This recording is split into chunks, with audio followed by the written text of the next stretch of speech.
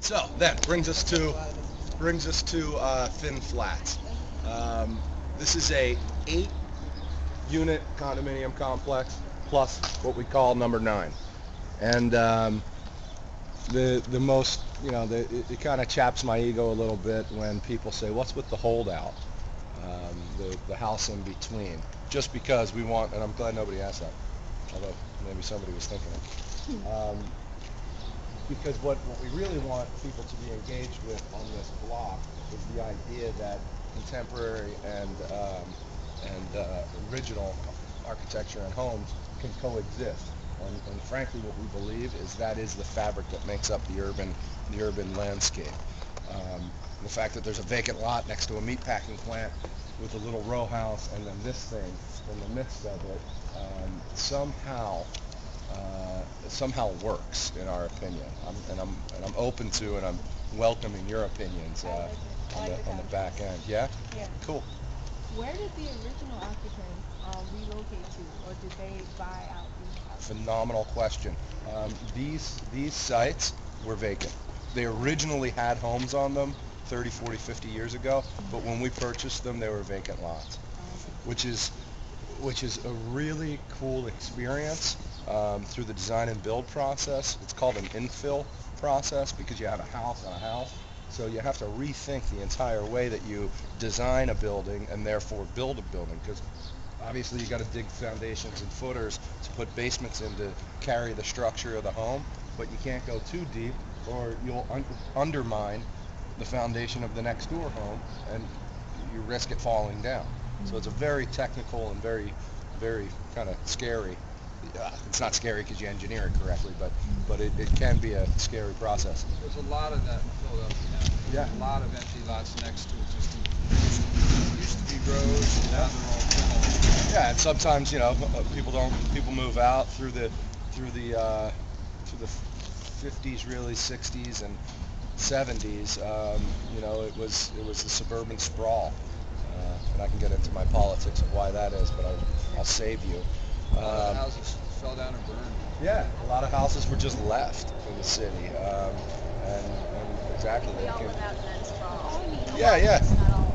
Yeah, and I grew up in that sprawl, and the really cool thing, the aside to that, is my mom was moving in to one of the units here, so we're really excited about that. So anyway, Thin Flats, and then there's this, right? The carriage home or whatever. Is right The stables. there. The stables. That's what I meant to say. That's actually a piece of land that we own, and we have a project set for that.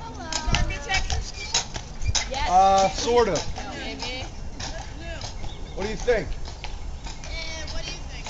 I think it's terrible. Yeah, me too. Yeah.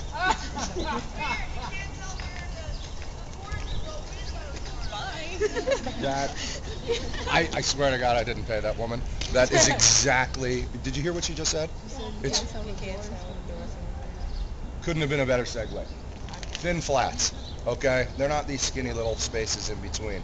Thin Flats is all about the slivers of the facade. Exactly for the reason, I can't believe she just said that. Exactly for that reason, because again, living in the urban environment, there's this sense of density. I mean, you're living on top of people. So what what we tried to explore was the latent possibility of shifting and freaking your eye out so that you can't tell, specifically what you just said, you can't tell where one building starts, one building stops, where a room is, where an entry is, where a floor comes up and where a floor drops.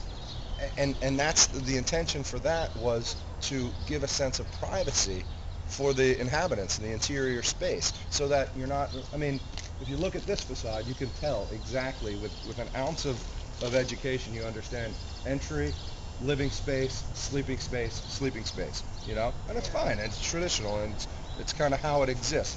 But we just want to, I mean, we're kind of freaks. We like to play around with buildings. That's our medium, and that is exactly the intention of what this was. So with that said, people often ask, because there's 4 addresses on the street, oh wow, those are 4 massive homes.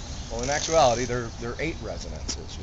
There's 4 pretty much mirror images. We call them the Siamese homes.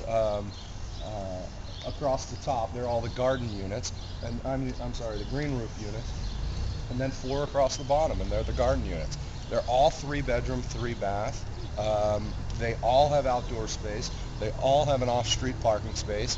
They're all LEED certified platinum level.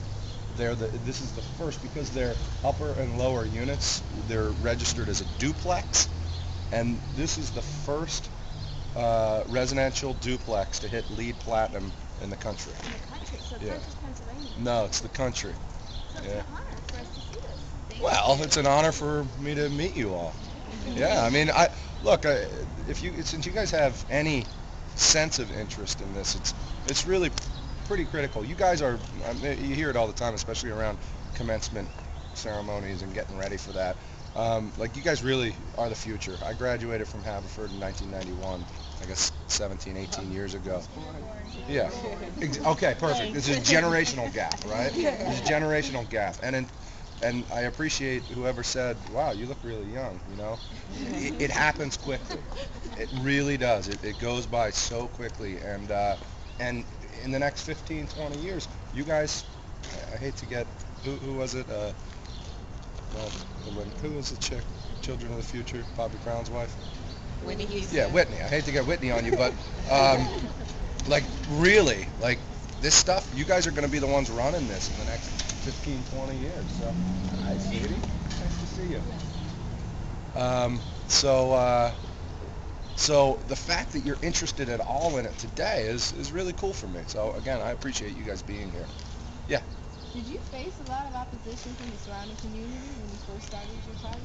Wow, awesome. Another awesome question. The answer is yes, because, well, the answer is yes and no. We didn't necessarily face opposition because Northern Liberties happens to be kind of the most design-forward neighborhood in the city of Philadelphia. But what we did face, as a result of Northern Liberties being such a tight neighborhood community and a neighborhood organization, what we did face was a heck of a lot of scrutiny.